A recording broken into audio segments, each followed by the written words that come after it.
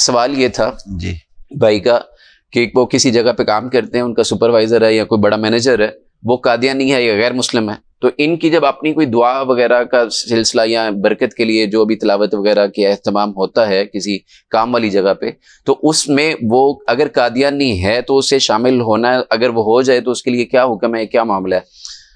سب سے پہلی بات تو یہ ہے کہ قادیانی کافر نہیں ہے، ٹھیک ہے، قادیانی مرتد ہیں۔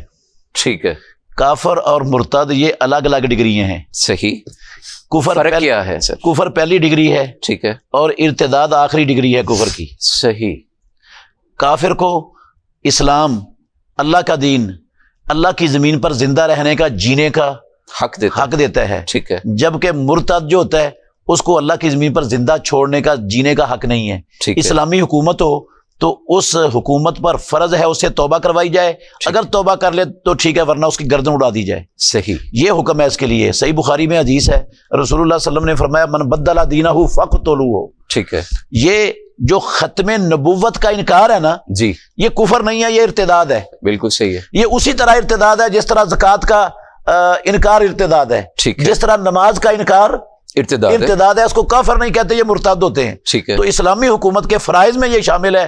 حضرت ابو موسیٰ اشعری رضی اللہ عنہ نے بندے کو قتل کیا تھا، اسی وجہ سے وہ پہلے یہودی تھا، پھر مسلمان ہوا، پھر یہودی ہو گیا، ٹھیک ہے، اسلام سے پھر گیا تو اسلام ان کو قتل کروا دیا تھا۔ ٹھیک ہے، وہ پہلی صحیح بخاری میں حدیث ہے۔ صحیح، اچھا، میں یہ بتا رہا جی تھا سر۔ کہ ہم قادیانیوں کو اپنے اس ملک میں قتل تو نہیں کر سکتے، جی یہ ہمارا اختیار میں نہیں وہی ہے، پوچھنے لگا، ہمارے بس میں نہیں ہے۔ جی بالکل صحیح ہے، یہ کام ہے ریاست کا۔ ٹھیک ہے، اگر ریاست قانون ہاتھ میں نہیں لیں گے، قانون ہاتھ میں نہیں لینا، ٹھیک ہے، اگر ریاست یہ کام نہیں نہ کرتی جی تو وہ اللہ کے ہاں جواب دہ ہے۔ ٹھیک ہے، ہم جواب دے نہیں ہیں، وہ ہم جواب دے رہی ہیں، وہ جواب دہ ہے۔ ٹھیک ہے، لیکن ہم ان قادیانیوں کے ساتھ سوشل بائیکاٹ تو کر سکتے ہیں، یہ ہمارے بس میں۔ بالکل ٹھیک ہے، سوشل بائیکاٹ کا مطلب یہ ہے کہ نہ اس کے پاس ملازمت کرنی ہے، نہ اس کو اپنے پاس ملازم رکھنا ہے، ٹھیک ہے، نہ اس سے کوئی چیز خریدنی ہے، نہ اس کو کوئی چیز بیچنی ہے، ٹھیک ہے، نہ اس کے ساتھ دوستی رکھنی ہے، نہ کوئی رشتہ داری اس کے ساتھ رکھنی بنانی ہے، ہے، ٹھیک ہے، نہ اس کو اپنے بچوں کا ٹیوٹر رکھنا ہے، اور نہ جو ہے نا اس کے پاس مزدوری کرنی ہے، نہ اس کو اپنے پاس مزدوری کے لیے رکھنا ہے۔ ٹھیک ہے،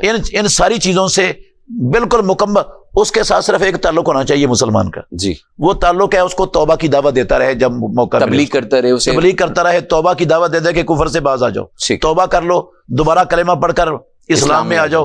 بس اس سے زیادہ تعلق مسلمان کو قادیانیوں سے رکھنا ہی نہیں چاہیے۔ ٹھیک ہے، تو جب اس سے زیادہ تعلق رکھنے کی گنجائش نہیں ہے، وہ واجب القتل ہے، اللہ اس کو زمین پر زندہ چھوڑنے کا حق نہیں دیتا، تو ہم اس کو کیسے اس کے ساتھ تعلقات رکھیں گے؟ بالکل ٹھیک ہے، تو اس کو اپنی مجالس میں نہیں شریک کرنا چاہیے، ٹھیک ہے، نہ اس کی مجلسوں میں شریک حال ہونا چاہیے۔ یہ ہے کہ اس کو منع کر دیا جائے کہ بھائی یہ مسلمانوں کا خالص ایک عبادت چیز ہے، تو آپ چونکہ تعلق نہیں رکھتے، آپ لہذا الگ رہو، یا توبہ کر لیں، مسلمان ہو کر مسلمان ہو جاؤ بھائی بن جاؤ۔ بسم اللہ۔ بالکل ٹھیک ہے۔